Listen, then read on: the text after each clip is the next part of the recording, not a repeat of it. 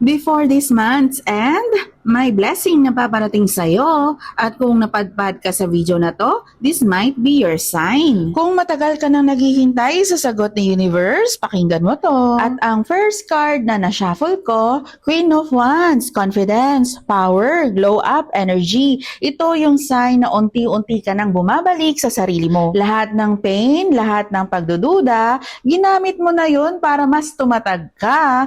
Ngayon, paparating ang bagong cycle. Nakikita ng universe ang tapang mo. Ito ang reward mo, ang blessing that matches your courage. Ang Empress ay abundance, beauty at creation. Maaring may bagong project, opportunity o connection na magbubunga. Pero tandaan, ang mga blessings mo hindi kailangang pilitin. Darating yan kapag marunong ka nang tumanggap, hindi lang magbigay. So ngayon, hayaang dumaloy ulit ang energy mo. Receive ka naman this time.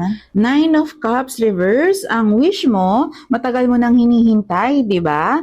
Pero lumabas to as reverse, kaya may reminder. Hindi lahat ng gusto mo, yun talaga ang para sa'yo. Minsan, tinatanggal ni universe yung temporary happiness para palitan ng tunay na emotional fulfillment. So kung may mga nawala lately, wag mong isiping punishment yon. Clearing yon para makapasok ang mas deserve sa'yo. At ang angel message, fresh air. Sabi ng mga angels mo, kailangan mong huminga ulit, lumabas, maglakad, i-feel mo yung hangin. Kasi kung lagi kang nasa bigat ng energy mo, hindi makakapasok ang bagong blessing. Fresh air means time to release, time to breathe, time to trust again. At ang overall message, bago matapos ang buwan, may darating na blessing, pero siguraduhin mong may mga space sa puso mo para tanggapin to. Tanggalin ng doubt, bitawan ang mga what ifs, at hayaan mong dumaloy ang bagong simula. Kung nararamdaman mo to, this message is for you. Comment mo nga sa baba, I claim this blessing para ma-affirm mo sa universe na ready ka na.